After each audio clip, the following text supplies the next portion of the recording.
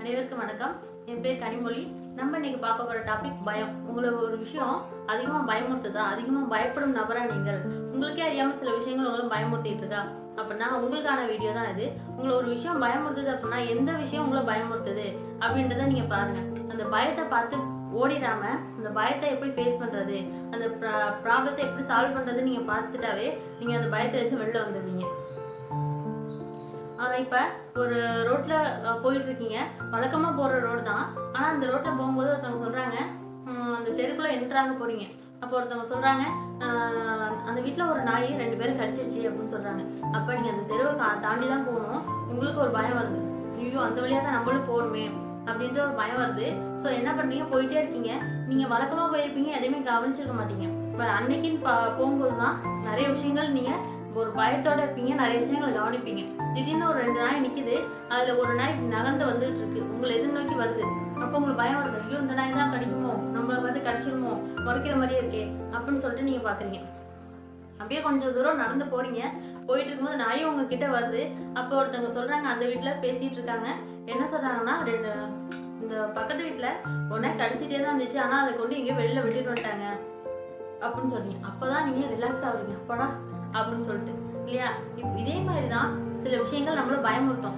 அடுத்தவங்க வாழ்க்கையில் நடந்த சில விஷயங்கள், சில அனுபவங்கள், அடுத்தவங்க சொல்ற கதைகள், இதெல்லாம் கேட்டு நம்ம பயப்படுவோம், பயமுறுத்தும். இப்போ எக்ஸாம்பிளுக்கு அது ஒரு ஹெல்த் இஷ்யூவாக இருக்கலாம், சில பேர் பிஸ்னஸில் லாஸ் ஆகிருக்கலாம், இல்லை லவ் ஃபெயிலியராக இருக்கலாம், இல்லை லைஃப்பில் ஃபெயிலியர் ஆகிருக்கலாம், அடுத்தவங்களுடைய மரணமாக கூட இருக்கலாம். இது மாதிரி நிறைய விஷயங்கள் நம்மள பயமுறுத்தும்.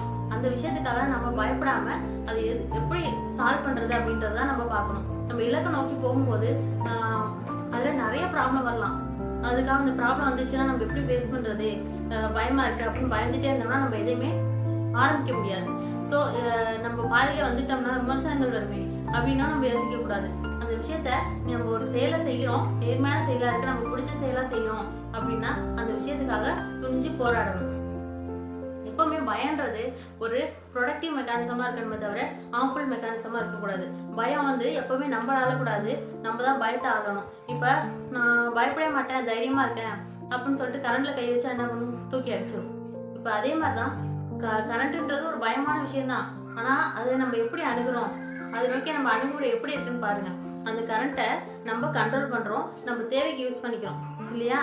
ஸோ பயத்தை நம்ம எப்படி சால்வ் பண்றது, அதுலேருந்து எப்படி வெளில வர்றது அப்படின்னு தான் நம்ம யோசிக்கணும். இதே பயம் நம்ம ஆட்கொண்டுடுச்சுன்னா அது ஒரு ஹார்ம்ஃபுல் மெக்கானிசமா மாறிடும். நம்ம ஒரு இலக்கை நோக்கி போயிட்டு இருக்கும்போது நம்ம பயம் நம்மளை கண்ட்ரோல் பண்ணாம நம்ம பார்த்துக்கணும். பயம் நம்மளை கண்ட்ரோல் பண்ண ஆரம்பிச்சுன்னா நம்ம எந்த விஷயத்தையுமே ஆரம்பிக்க மாட்டோம், அப்படியே உட்காந்துருவோம், இல்லையா? ஸோ பயம் நம்ம கண்ட்ரோல் பண்ணாம நம்ம பார்த்துக்கணும். அந்த பயத்திலேருந்து வெளில வர்றது எப்படி அப்படின்றத யோசிக்கணும். இப்போ புலி வருது அப்படின்னு சொல்லி பயந்துட்டே இருந்தோம்னா ஒரு நாள் புலி வரதான் செய்யும். இப்போ அந்த புலி வந்துச்சுன்னா அதை எப்படி எதிர்த்து போராடுறது அப்படின்றத நம்ம தெரிஞ்சுக்கணும். வாழ்க்கையில சாதனை அடைஞ்ச மனிதர்கள் எல்லாருமே சாதாரண மனிதர்கள் தான். ஆனா அவங்க இலக்குகள் அடையிறதுக்காக அவங்க துணிச்சலோடு செயல்பட்டிருக்காங்க. துணிச்சலோடு செயல்பட்டதுனால தான் அவங்களால அச்சீவ் பண்ண முடிஞ்சிச்சு. நம்ம ஒரு விஷயத்த செய்யும் போது அந்த விஷயத்துக்காக எதிர்த்து போராடும் போது நமக்கு பயம் வருதான். நம்ம ஒரு விஷயத்த ஆரம்பிக்கும் போது நிறைய தடங்கள் வரும். அதெல்லாம் நம்ம துணிச்சலோட நின்று போராடணும். நம்மளுடைய விஷயம் நமக்கு பிடிச்ச விஷயமா இருக்கலாம், நேர்மையான விஷயங்களா இருக்கலாம், சரியா இருந்ததுன்னா அதை துணிச்சலோட நம்ம துணிஞ்சு போராடணும், சரியா? ஸோ நம்ம பயத்தை போக்கிட்டு உங்களுக்கான இலக்கை நோக்கி நீங்க செயல்படுங்க. ஓகே, இந்த சேனல் உங்களுக்கு பிடிச்சிருந்ததுன்னா சேனலை லைக் பண்ணுங்க, சப்ஸ்கிரைப் பண்ணுங்க.